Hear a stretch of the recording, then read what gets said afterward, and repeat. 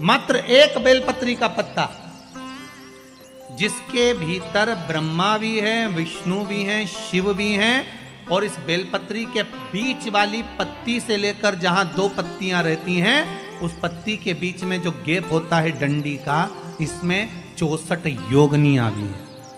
64 योगनियां देवियां भी इसके अंतर्गत विराजमान है। और उस डंडी के नीचे जहां दो पत्ती है, इस दो पत्ती के नीचे की जो लंबी डंडी रह जाती है, इसमें 33 कोटि देवताओं का भाग है।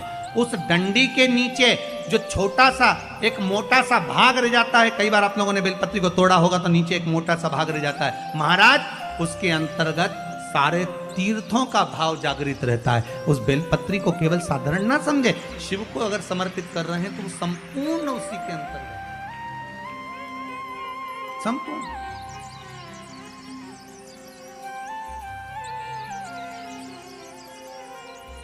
केवल आप लोगों ने बेलपत्र अगर कभी शिवजी पे चढ़ी हुई, हम तो कई बार निवेदन करते हैं कि आप उसका सेवन हफ्ते में एक बार, जिसको भी शुगर हो, बीपी हो, थायराइड हो, हफ्ते में एक बार शंकर जी पे चढ़ी हुई बेलपत्र अवधूतेश्वर महादेव के नाम से, कौन से महादेव? अवधूतेश्वर महादेव के नाम से खाना प्रारंभ कर देना चाहिए हफ्ते में एक बार। और जिसके भी घुटने में प्रॉब्लम रहती है या डॉक्टर ने बोल दिया कि घुटना बदलना पड़ेगा, तो उनके लिए निवेदन है, शिवरात्रि के दिन रात्रि को 12 बजे शंकर जी पे चढ़ी हुई बेलपत्र, भगवान शंकर पर चढ़ी हुई बेलपत्र, शिव जी के मंदिर पर ही बाहर खड़े होकर शिखर का दर्शन कर कर उस बेलपत्र को चबा चबा कर खा लीजिए। घुटना बदलने की जरूरत नहीं पड़ेगी, कभी भी घुटना बदलने की जरूरत। और कई लोगों ने प्रैक्टिकल करके देखा है, आपके बीच में ही लोग बैठे होंगे, बहुत सारे आपके भीतर बैठे होंगे। भगवान भूत भावन भूतेश्वर मेरा शंकर, मेरा कैलाशी, मेरा अविनाशी, मेरा शिव है, इस मृत्यु लोक का दिया। पर दुनिया के लोग न जाने क्यों कहे हम कृष्ण वाले हैं, हम श्री जी वाले, हम शंकर के मंदिर नहीं जाते। वो कोई कहता हम नारायण वाले, हम शंकर को नहीं मानते, हम शंकर का प्रसाद नहीं लेते, हम शंकर के मंदिर नहीं जाते। भगवान को ऐसा बांट दिया, ऐसा बांट दिया कि शंकर के दरवाजे को जाने को तैयार नहीं होता। तो किसी ने एक बार पार्वती जी ने शिव जी से पूछा, भोलेनाथ जी कोई तुम्हारे मंदिर में नहीं आता, कोई तुम पर जल नहीं चढ़ाता, कोई तुम्हें नमन नहीं करता, सब ये मंदिर जाना, नारायण के मंदिर जाना, वो मंदिर जाना, वो देवता को रिझाना, वो देवी को रिझाना, पर तुम्हारे को कोई नहीं रिझाता। शंकर भगवान बोले मत रिझाने दे, अपने को कोई दिक्कत नहीं, अपन तो शांति से बैठे रहो। मेरे ससुर ने मुझे श्राप दिया है, दक्ष प्रजापति ने, ए शंकर मैं तुझे श्राप देता हूं कि तू शमशान में निवास करेगा। शंकर भगवान बोले उस दिन से मैं बड़ा प्रसन्न हूं, क्योंकि मैं शमशान में रहता हूं। आज किसी का भी भजन कर ले, चाहे ये राम कहे, चाहे ये कृष्ण कहे, चाहे देवी कहे, चाहे दत्त कहे, इसकी मर्जी पड़े, जितना देवी देवता पूछता फिरे, पर आखिरी में मरने के बाद तो मेरे पास आएगा ना, तब निपट लूंगा। बस उस दिन का इंतजार है। और जैसे ही मेरे पास आया, ऐसी लकड़ी में जलाऊंगा गीली कि 3 दिन ठंडा नहीं होने दूंगा। जिस पुराण को हम श्रवण करने के लिए बैठे हैं, ये पुराण कोई साधारण सा नहीं, इसको कोई साधारण सा ना समझे। भगवान शिव की जब कृपा होती है, करुणा होती है, दया होती है, तब जाकर कहीं आप भगवान शंकर की अविरल भक्ति और मुक्ति की पथ को निश्चित करने वाली शिव महापुराण की कथा श्रवण कर पाते। भगवान त्रिवती देव महादेव, करुणा सागर भगवान शंकर, दया सागर, जिन्होंने आप सबको यहां पर आमंत्रित करा। कहीं भोले बाबा की दया और उदारता ही है जो पूरे शहर सीहोर में ऐसा कोई भवन नहीं है जिसमें आप लोग नहीं है, ऐसा कोई भवन नहीं जहां आप लोग। और शहर तो शहर, पूरे नगर में, पूरे गांवों में, खेड़ों में, क्षेत्र में। और एक निवेदन आप सभी से, जितनी देर की कथा है आप लोग उसको स्मरण कर कर श्रवण करें और अपने जीवन को सार्थक बनाएं। बाबा देवाधिदेव महादेव ने ये करुणा करी है, कृपा करी है, दया करी है, जिसको हम अपने जीवन में उतार सकते। बस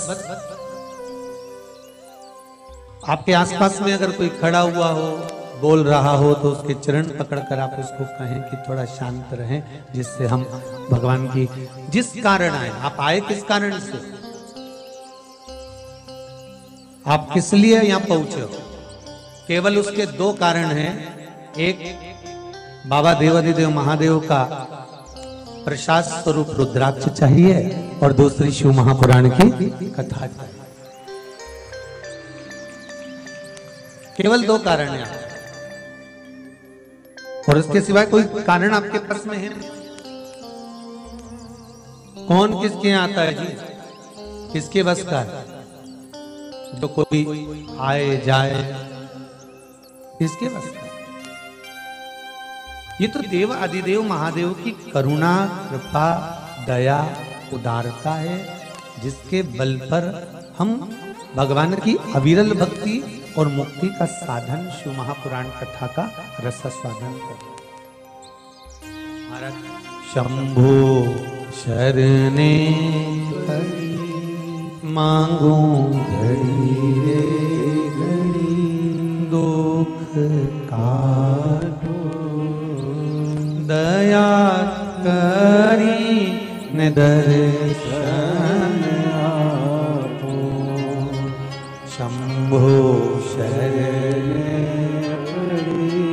मांगू घड़ी रे घड़ी, दुख काटो दया करी ने दर्शन आपो। बाबा से केवल एक निवेदन, एक प्रार्थना और बाबा से केवल एक विनती, हमारे जीवन की एक सार्थक कि तेरा ही दिया मैंने खाया पिया है, तेरा शुक्रिया है, तेरा शुक्रिया है।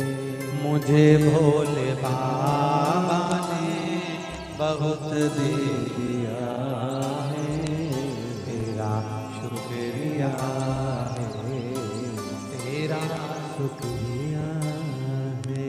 ये जायदाद दी है, औलाद दी है, मुसीबत में हर वक्त इमदाद दी है।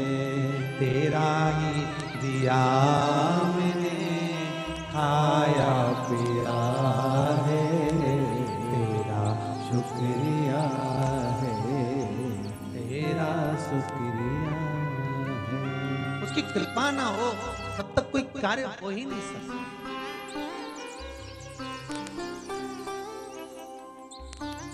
संसार में आने के बाद देखिए, अगर भगवान के होना है, परमात्मा के अगर हमको होना है, तो थोड़ा सा तो जीवन में कष्ट। वैकुंठ चतुर्दशी का जो दिन है महाराज, इस दिन रात्रि को 11 बजे से लेकर 12:30 के बीच में दीपदान होता है और 14 दिए का दान होता है। इसमें 14 दीप का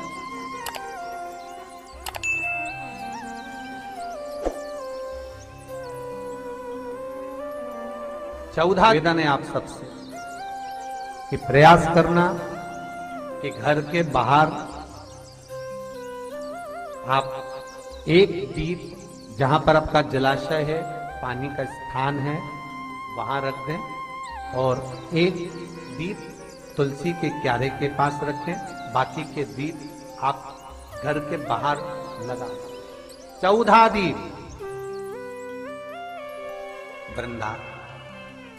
वृंदा की आंखों से आंसू बह रहे हैं, नैनों से नीर बह रहे, और वृंदा ने उसी समय भगवान शंकर को बुलाया, भोलेनाथ पधारो पधारो। शिव सामने वृंदा, तेरे पति ने जो उपद्रव मचाया था, जहां जहां मंदिर देवालय तीर्थ व्रत सब खंडित कर दिए। जो ब्राह्मण पूजन करने बैठते थे तेरा पति जलंधर, उनके प्राणों को हर लेता है। वृंदा, कहीं किसी गांव में अगर भोजन और भंडारा होता था तो तेरा पति उसमें कुछ गलत पदार्थ मिला देता था। वृंदा, तेरे पति को मारना जरूरी था। वृंदा की आंख में आंसू भरे थे और वृंदा आंसू भरती भरती कहती है, भोलेनाथ, मैं ये भगवान विष्णु को श्राप देती हूं कि ये पत्थर के हो जाए, ये पत्थर के हो जाए।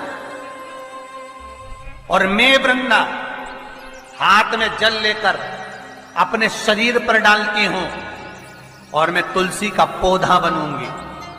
पर भोलेनाथ, हे शंकर, हे शंभु, हे त्रिकालदर्शी, हे कैलाशी, मैं तुलसी कभी आप पर नहीं चढ़ूंगा।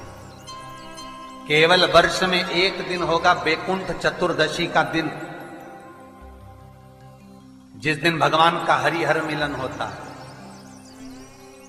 बैकुंठ चतुर्दशी दीपावली के बाद में आती है, पूर्णिमा के पहले,